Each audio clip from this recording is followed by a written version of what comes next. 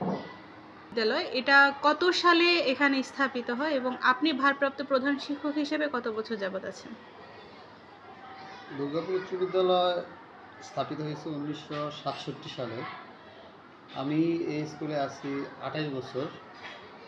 আর ভারপ্রাপ্ত হিসেবে আমি 6 মাস রানিং চলছে আর কি আমার। জি, অসংখ্য ধন্যবাদ। স্যার, আমি আপনার কাছ থেকে এখন এই মুহূর্তে জানতে চাইব যে দুর্গাপুর উচ্চ বিদ্যালয় আ এটা তো অনেক সুনামের সাথে চলে আসছে বহু বছর ধরে, বহুকাল ধরে। তো এই বিদ্যালয় থেকে যারা আ সুনামের সাথে বের হয়ে গেছে, তারা বাংলাদেশে এখন কে কোন পজিশনে আছে? এই স্কুলের ছাত্রছাত্রীরা? আমাদের বিদ্যালয়ের আসলে এটা তো অনেক পুরাতন বিদ্যালয়। এই বিদ্যালয়ের অনেক স্টুডেন্টই ভালো অবস্থানে আছে। সচিব লেভেলে আছে, অনেকে আছে। ডাক্তার, ইঞ্জিনিয়ার, ঢাকা মেডিকেলে এখনও আছে। এখন রানিং মেডিকেলে পড়ছে, এরকম আছে। ইঞ্জিনিয়ার আছে, অনেক ব্যাংকার আছে। বিভিন্ন কর্মপেশায় জড়িত আছে, ভালো ভালো অবস্থানে আছে। ধন্যবাদ জানাচ্ছি। স্যার, আমি আপনার কাছ থেকে একটু জানতে চাইব, এই যে এই বিদ্যালয়ে আপনি এখন ভারপ্রাপ্ত প্রধান শিক্ষক হিসেবে আছেন, এই যে একটা গুরু দায়িত্ব আপনি পালন করছেন, সেই ক্ষেত্রে আপনার অনুভূতিটা কেমন লাগছে?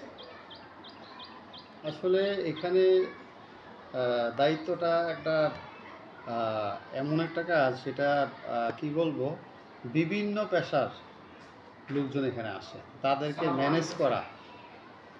ম্যানেজ করা আসলে একটু কঠিন। তবে আমি 6 মাসের অভিজ্ঞতায় অনেক কিছু বুঝতে পারছি যে আসলে এই চেয়ারটা একটা, কি বলবো, যেমন ভালো তেমন খারাপ। অর্থাৎ এটার মধ্যে রিস্ক নিয়ে কাজ রিস্ক করতে নিয়ে কাজ হয়। করতে হয়। আর আমি আমার সর্বোচ্চ চেষ্টা করি যে আমি সততার সহিত কাজ করার জন্য। অসংখ্য ধন্যবাদ। স্যার, আমি আপনার কাছ থেকে জানতে চাইব যে ২০২৫ সালে দুর্গাপুর উচ্চ বিদ্যালয় থেকে এসএসসিতে অংশগ্রহণ করেছিল কতজন এবং আপনার রেজাল্ট কেমন ছিল? আসলে আমাদের রেজাল্ট আসলে আশাব্যঞ্জক হয় নাই। সারা বাংলাদেশের রেজাল্টই খারাপ ছিল। আমাদের রেজাল্ট ছিল প্রায় 58%, 58.সামথিং। জিপিএ কি ছিল? জিপিএ 5 ছিল 3টা। ২৫ সালের রেজাল্টে আমাদের একটা ধাক্কা আসছে। সেই ধাক্কাটা আমরা কাটায় ওঠানোর জন্য প্রথমত আমরা, আমাদের এই সভাপতি মহোদয় হলেন উপজেলা নির্বাহী অফিসার, সম্মানিত উপজেলা নির্বাহী অফিসার। উনি উনি নির্দেশে পুরা উপজেলায় জি। আমরা একটা পদক্ষেপ নিতে যাচ্ছি। সেটা হলো অভিভাবক সমাবেশ করেছি প্রথম। জি। তারপরে আমরা প্রতি গার্জেনদেরকে আলাদা করে আবার স্কুলে নিয়ে আসছি। এনে আমি তাদেরকে বুঝিয়ে দিয়েছি যে আমরা টেস্ট পরীক্ষা যদি খারাপ করে তাহলে আমরা আর দেবো না। তাইলে বাচ্চারা লেখাপড়া করতে দেবো। আপনাদেরকেও বাড়িতে দেখাশোনা করতে হবে। আমরা তো স্কুলে দেখাবো, আপনারা বাড়িতে আপনাদের সময় দিয়ে বাচ্চাদেরকে পড়াশোনার জন্য মনোযোগী করতে হবে। এখন জানতে চাইব, বর্তমান দেশ ডিজিটাল বাংলাদেশ। ডিজিটালের সাথে তাল মিলিয়ে দুর্গাপুর উচ্চ বিদ্যালয়ের শিক্ষা ব্যবস্থা কত দূর এগিয়েছে? আমাদের দুর্গাপুর উচ্চ বিদ্যালয়ে আমরা মনে হয় 2000 কত সালে, 17 সালে আমরা একটা ল্যাব পেয়েছিলাম। জি। 2017তে ল্যাব পেয়েছি। ল্যাব পাওয়ার পর আমাদের স্টুডেন্টদেরকে ল্যাবে এনে আমাদের কম্পিউটার ইনস্ট্রাক্টর আছে, ও বেশ এদেরকে অগ্রসর করাচ্ছে। আর শিক্ষার বিষয়ে ডিজিটালাইজেশন হওয়ার পরে আমাদের বেশ ছাত্রছাত্রীরা অগ্রসর হয়েছে, শিক্ষকরাও আমরা উপকৃত হয়েছি। বর্তমানে আমরা ডিজিটালাইজেশনের জন্য যেই সামনের যে অগ্রগতি এগুলো হচ্ছে, এগুলোর জন্য ডিজিটালাইজেশনের জন্য আমরা সরকারকে ধন্যবাদ। প্রজেক্টের মাধ্যমে ক্লাস নিয়ে বাচ্চারা অনেক আনন্দিত হয়। কারণ তারা একটা যেমন আমরা টিভির পর্দায় যদি কোনো কিছু দেখি, আসলে আমরা আনন্দিত হই। যেমন ছাত্ররাও এরকম, যখন একটা পর্দার মধ্যে কোনো কিছু দেখে শিখে, আবার স্যারেরা বারবার এটা বুঝাইতে চেষ্টা করে, তখন আসলে ছাত্ররা বেশ উপকৃত হয় এবং আনন্দিত হয়। এবং আমার মনে হয় যে শিক্ষাটা খুব দীর্ঘস্থায়ী থাকে। দীর্ঘস্থায়ী হয়। জি, অসংখ্য ধন্যবাদ।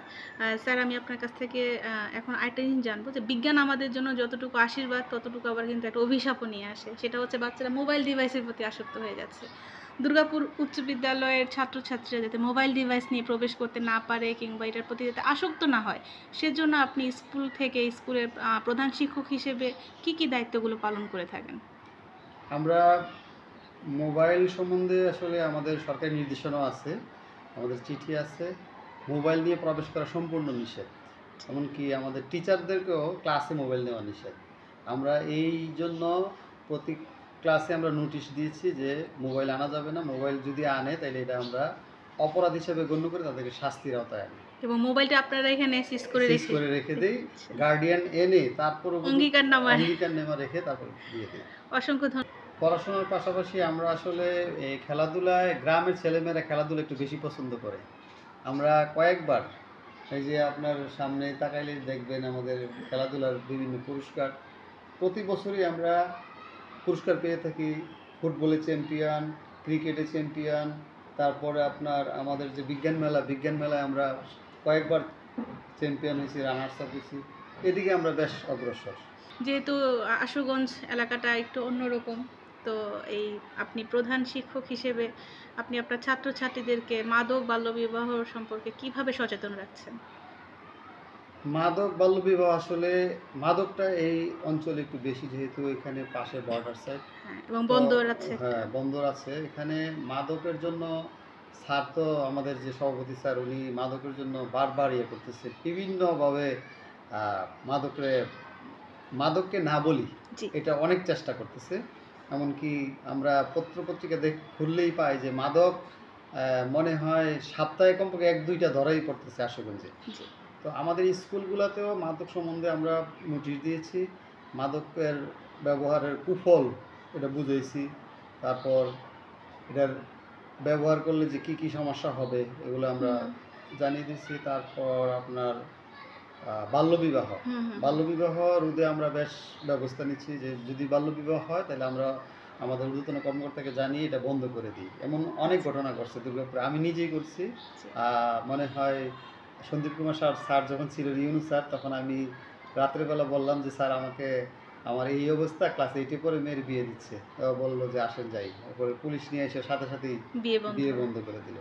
এমন অনেক অহরহ ঘটনা ঘটছে যেগুলো আমরা দেই না সাধারণত। আমাদের স্কুল লেভেলে যারা পড়ে তাদেরকে আমরা বাল্যবিবাহ হতে দেন না। আসলে এই স্কুলটাতে আমি 1997 সালে জয়েন করেছি, আজকে 28 বছর শেষ। আসলে আমার এর মাঝে 2বার চাকরি হয়েছে, আমি যাই নাই। আসলে আমি কথা বলতে পারি গিরে, আসলে আমার স্বপ্ন, আমি বললাম যে আমার 2বার চাকরি হয়েছিল, আমি এলাকায় যাই নাই। আমার গ্রামের বাড়িতে আমার চাকরি হয়েছিল, হেড পোস্টে, আমি যাইনি। খুব ইচ্ছে ছিল যে স্কুলটাকে আমি যদি কখনো সুযোগ পাই আমি এটাকে আমার মতো করে গড়ব, এমনকি এটার ভবিষ্যৎ যে ফলাফলগুলো আমি এর মাধ্যমে প্রমাণ করব যে আসলে চেষ্টা করলে কোনো কিছু হয় কি। ওই স্বপ্নটা যদি আমি সময় পাই, আমি ইনশাল্লাহ এটা কাজে লাগিয়ে যাব।